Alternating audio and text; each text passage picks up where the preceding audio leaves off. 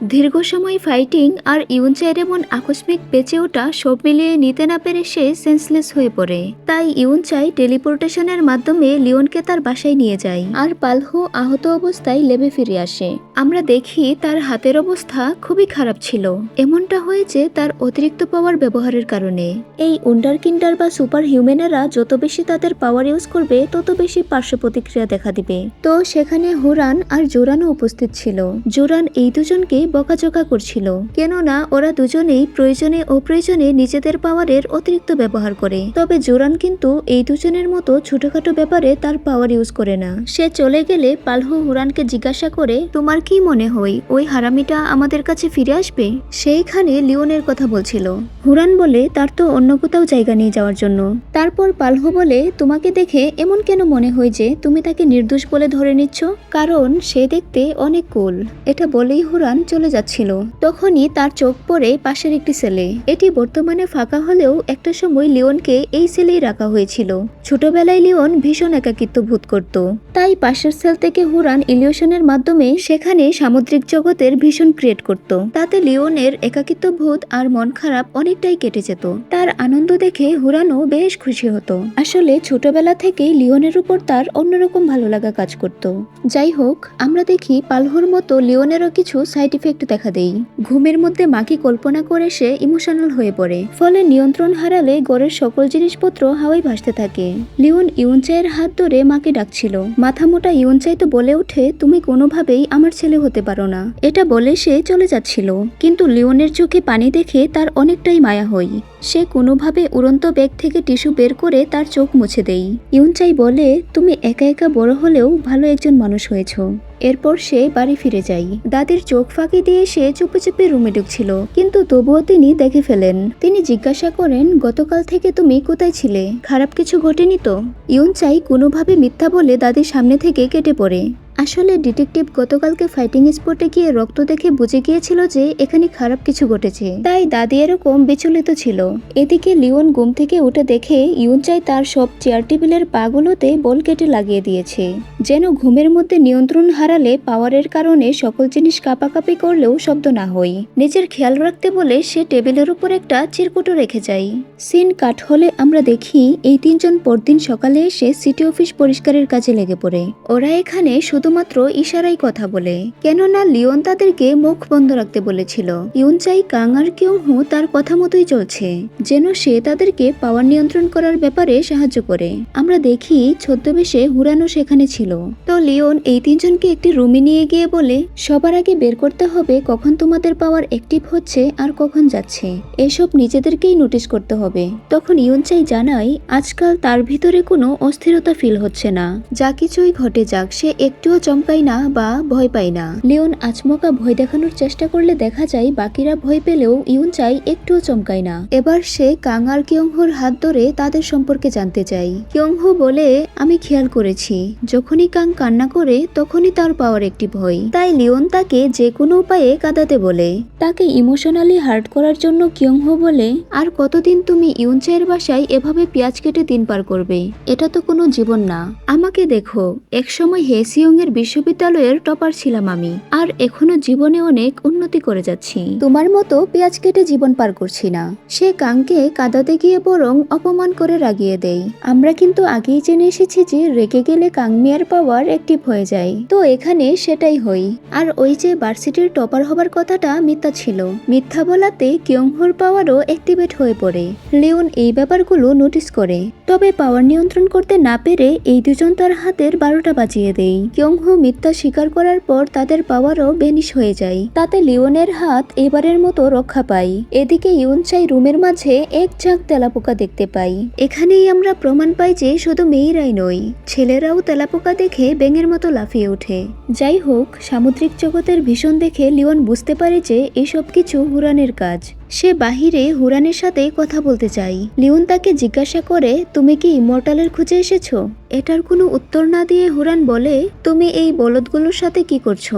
Leone জানাই, আমি আর তোমাদের সাথে নেই। হাউন্ডো তোমাদেরকে ইমর্টাল খোঁজার জন্যই কেবল ব্যবহার করছে। এটা বলে সে পিছনে ফিরে দেখে ইউনচাই আর কিয়ংহো একে অপরকে অ্যাটাক করছে। মূলত হুরানের পাওয়ারের জন্য এরা একজন আরেকজনকে বিশালাকৃতির তেলাপোকা রূপে দেখছে। লিওন ব্যাপারটা বুঝতে পেরে দূর থেকেই হুরানের গলা চেপে ধরে, তাতে তার পাওয়ারের ইফেক্টও দূর হয়ে যায়। তারপর হুরান আর ঝামেলা না বাড়িয়ে সেখান থেকে চলে যায়। মারামারি ঠেকাতে গিয়ে লিওনের কিছুটা চোট লেগে গিয়েছিল। ইউনচাই তাকে অ্যান্টিসেপটিক লাগিয়ে দেয়। এই সময় লিওন জানায়, হুরান এখানে ইমমর্টাল বাচ্চাটির খুঁজে এসেছিল। ডক্টর হাউন্ডো তার পুরো জীবনে এই একটা বাচ্চাই সফলভাবে তৈরি করতে পেরেছিল, যে কিনা কখনোই মরবে না। লিওন বলে, ওরা সেই ইমমর্টালকে পাওয়ার আগেই আমি তাকে খুঁজে পেতে চাই, না হলে ওরা ইমমর্টালের জীবনকে নরক বানিয়ে দিবে। এবার লিওন তার সন্দেহের কথা জানায়। সে ইউনচাইকে বলে, আমার মনে হয় ইমমর্টাল বাচ্চাটার হার্ট কোনোভাবে তোমার হার্টের সাথে ট্রান্সপ্লান্ট করে দেওয়া হয়েছে, কারণ তোমার কন্ডিশন একদম সেই ইমমর্টাল বাচ্চাটার মতোই। ওই ডাম্পিং গ্রাউন্ডের ডোবাতে থাকা কেমিক্যাল রিয়েকশনে তুমি হয়তোবা টেলিপোর্টেশন পাওয়ার পেয়ে গিয়েছো, তবে ইমমর্টালি পাওয়ারটা আগে থেকেই আছে। ইউনচাই তো লিওনের কথা মানতেই চাচ্ছিল না। তখন লিওন তাকে সত্যটা জানিয়ে দেয়। 20 বছর আগের সেই এক্সপেরিমেন্টের স্পন্সর করেছিল ইউনচাইয়ের দাদি কিম জিয়নবক। মানে সেই সমস্ত এক্সপেরিমেন্টের আইডিয়া তারই ছিল, এমনকি সমস্ত খরচও সেই বহন করত। কথাটা শুনে ইউনচাই একদম চমকে যায়। সে বাড়িতে ফিরেই দাদিকে এই ব্যাপারে সরাসরি জিজ্ঞাসা করে।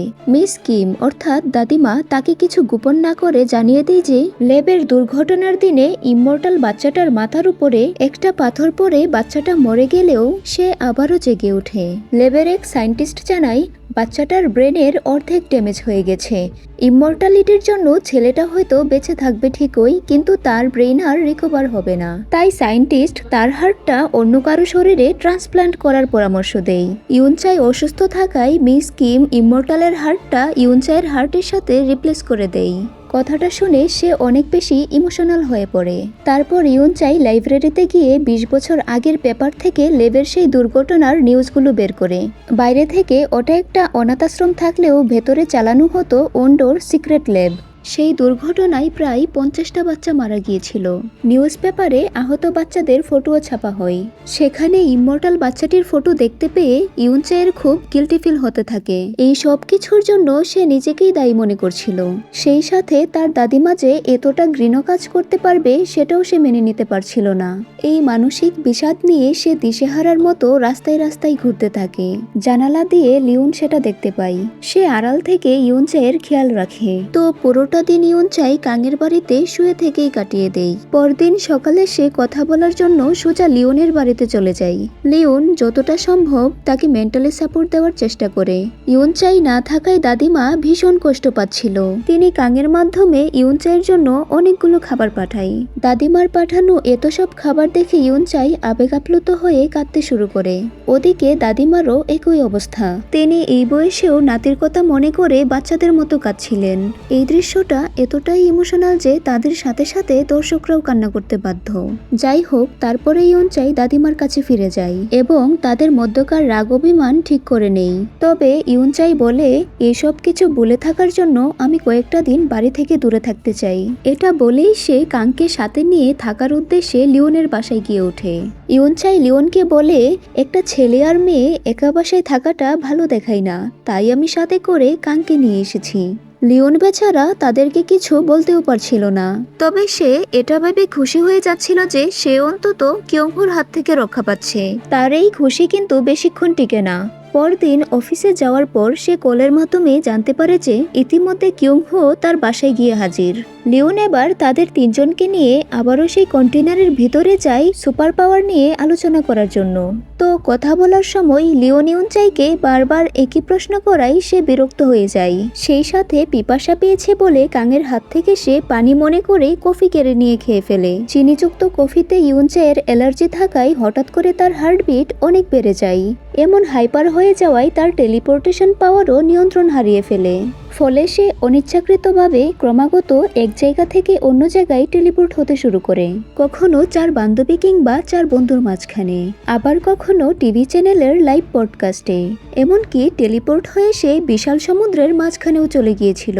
তবে মাঝখানে কয়েকবার করে সে কন্টেনারেও ফিরে আসে। তখন লিওন তার হাত ধরে আটকানোর চেষ্টা করলে সে উল্টো তাকে সাথে নিয়ে টেলিপোর্ট হয়ে যায়।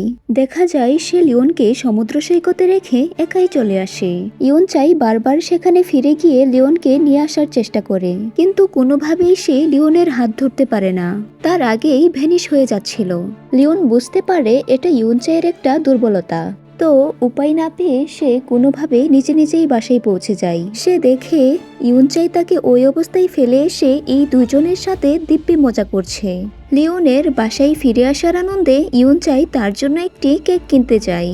কথা বলতে বলতে বাসায় ফেরার পথে লিওন ইউনচাইকে কিছু সাজেশন দেয়। সে বলে, কখনো অন্ধের মতো কাউকে বিশ্বাস করবে না। ইউনচাই জিজ্ঞাসা করে, হঠাৎ করে এই কথা কেন বলছো? উত্তরে লিওন বলে, কেননা তুমি যাকেই বিশ্বাস করবে সেই তোমাকে ঠকাবে। কথাটা শেষ করতে না করতেই লিওন ইউনচাইয়ের ঘাড়ে একটা চেতনানাশক ইনজেকশন পুশ করে দেয়। তারপর ইউনচাইকে হাউন্ডোর লোকেদের হাতে তুলে দেওয়া হয়। বিনিময়ে তারা লিওনের হাতে একটি ফাইল তুলে দেয়, যেখানে তার আসল বাবা মায়ের পরিচয় ডিটেলসে দেওয়া ছিল।